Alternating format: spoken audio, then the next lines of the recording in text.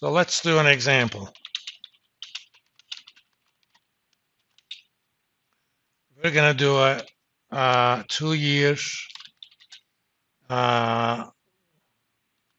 swap of 3-month LIBOR to fixed. So let's get a sheet going. Things are a lot easier.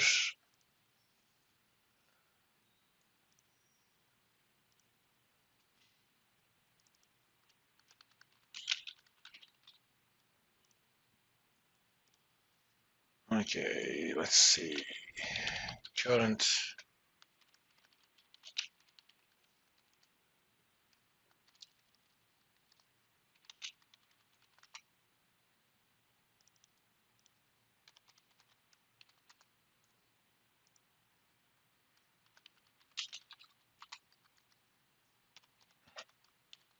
I'm just putting arbitrary numbers right now.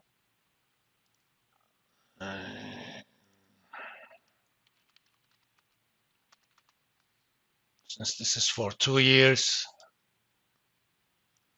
there's going to be 8 payments every 3 months.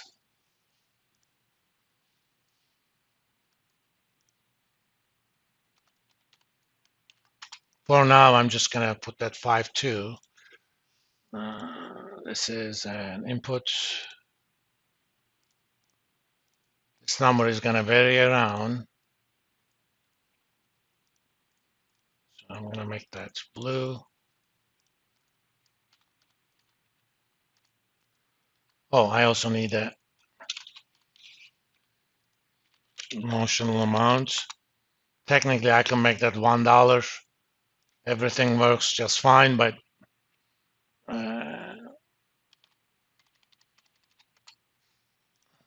I don't like decimals too much.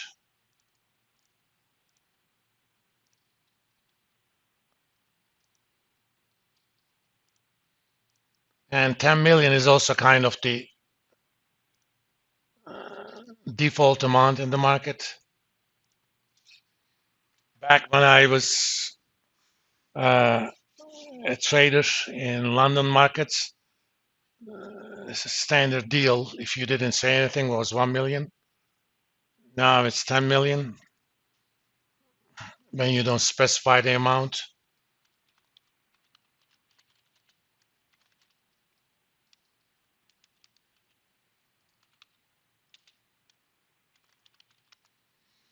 So the fixed payer is going to pay the notional amount. I'm going to fix that times the swap rate divided by 4.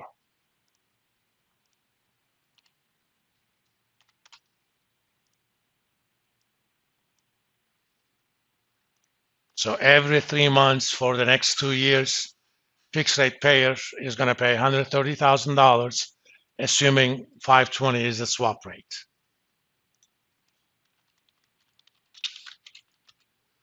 The floating payers, we know the first payment, okay? First payment is the notional amount times current 3-month LIBOR divided by 4. Okay, that one is fine. 3 months from now, we have to go and find what the LIBOR is on that date. But we don't know what that LIBOR is on that date. But remember, we talked about forward interest rate agreements. We're going to have to basically find a 3-month rate, 3-month forward. And we're going to do 3-month rate, 6 months forward, and so on. But we kind of have a, let me move this. Let's do this.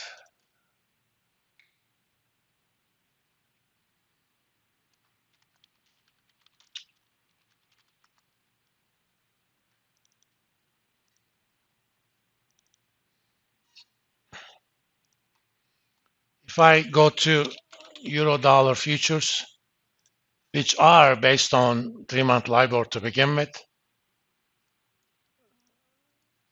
CME euro dollar. When you're actually doing these things, you actually calculate a 3-month forward curve using all sorts of models on interest rates. But at least up to 2 years, we have a pretty good curve here. Let's go to codes. We have the April number. That's basically the 3-month, that's basically the interest rate, 3-month interest rate for a loan that starts in third Wednesday of April or whatever. I think that's what it is on the specs. On the third Wednesday of the contract month.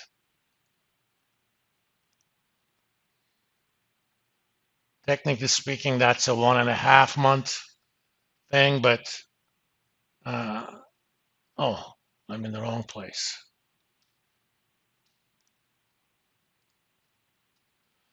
I'm going to use April and May. Let me actually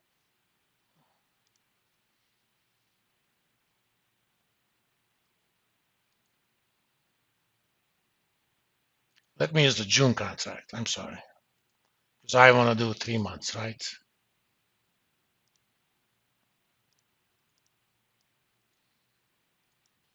In practice, you're going to have to use those to get a finer estimate of what the forward curve is on shorter dates. But right now, I'm acting as if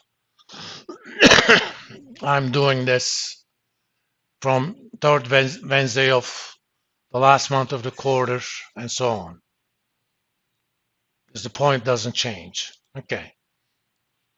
Since these are interest rate futures, the rate that is implied is 100 minus that, right? So what's the implied 3-month forward rate from the June contract? You want to make it bigger?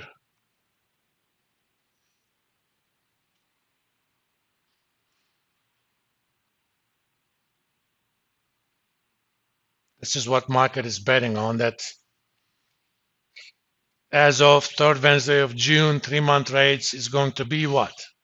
3-month LIBOR rate is going to be?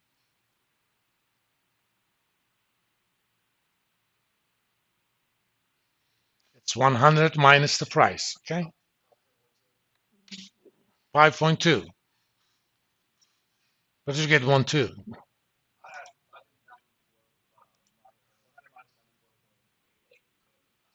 No, that's, you probably didn't see that slash.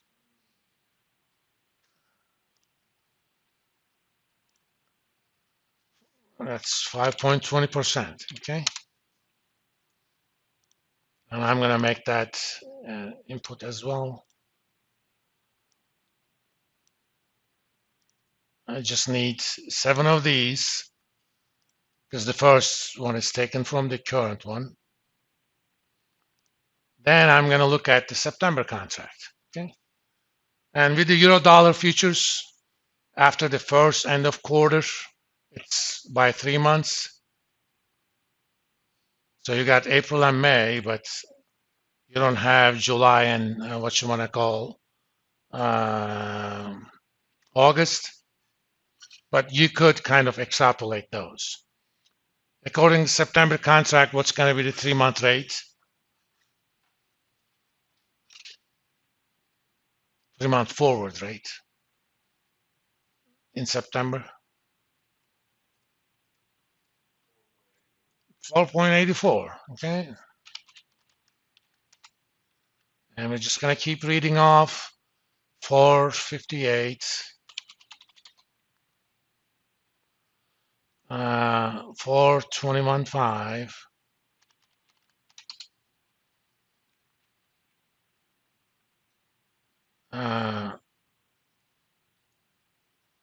388.5, 3 365,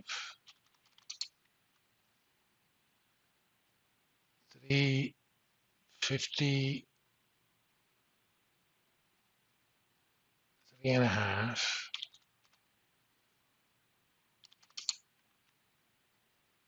and the last one, 341 and 46.5, 47.5. Oh, I'm already there anyway. It's not a bad idea to add more digits to these things. Okay. By the way, for the Fed funds rate futures, we're really thinking about what the market is betting on. For euro dollar futures, especially on the long end, you shouldn't ever think of those as market's expectation of the 3-month rate. Okay? Because what the forward rates are going to be is determined by slope of the yield curve. When the yield curve is downward sloping, forward rates, forward short-term rates are going to be lower than what they are now. When the yield curve is upward sloping, it's going to be the other way around. So this doesn't necessarily mean that market is betting a 3-month LIBOR of 3.5% about 2 years from now. It's just what comes out of the yield curve. Because otherwise there would be arbitrage. But when you're pricing swaps, you have to use the forward curve. Otherwise, somebody can make money without taking any risk whatsoever. Because remember, swap is essentially a collection of little forward rate agreements, right? That's all it is. So those forward rates that we don't know has to be set to the forward rates. And on this one, I'm going to be taking my notional times 3-month forward rate, 3-month rate, 3-month forward now.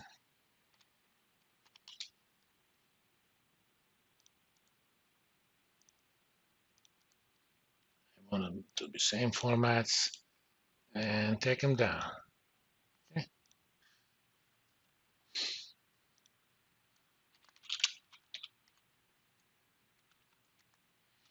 This is the net payment to the fixed payers.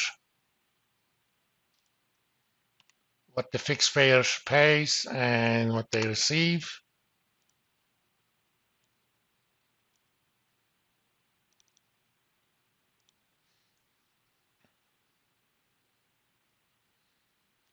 According to this, they keep paying more than the floating rate, floating payer.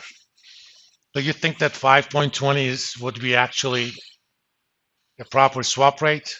Would any of you agree to be the fixed payer in this case? Because you're guaranteed to pay more independent of at least by the forward rates. So what we're going to do, we're going to calculate PV of fix, and we're going to make that calculation, present value calculation using the swap rate. Take net fixed 1 plus the swap rate, divide by 4, raised to the power that many periods.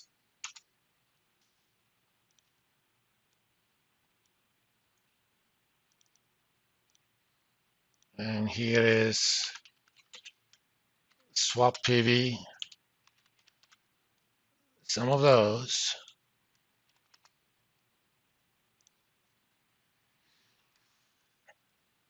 So if this is the case, basically the floating rate payer is making a lot of money, okay? Because on net, they're going to receive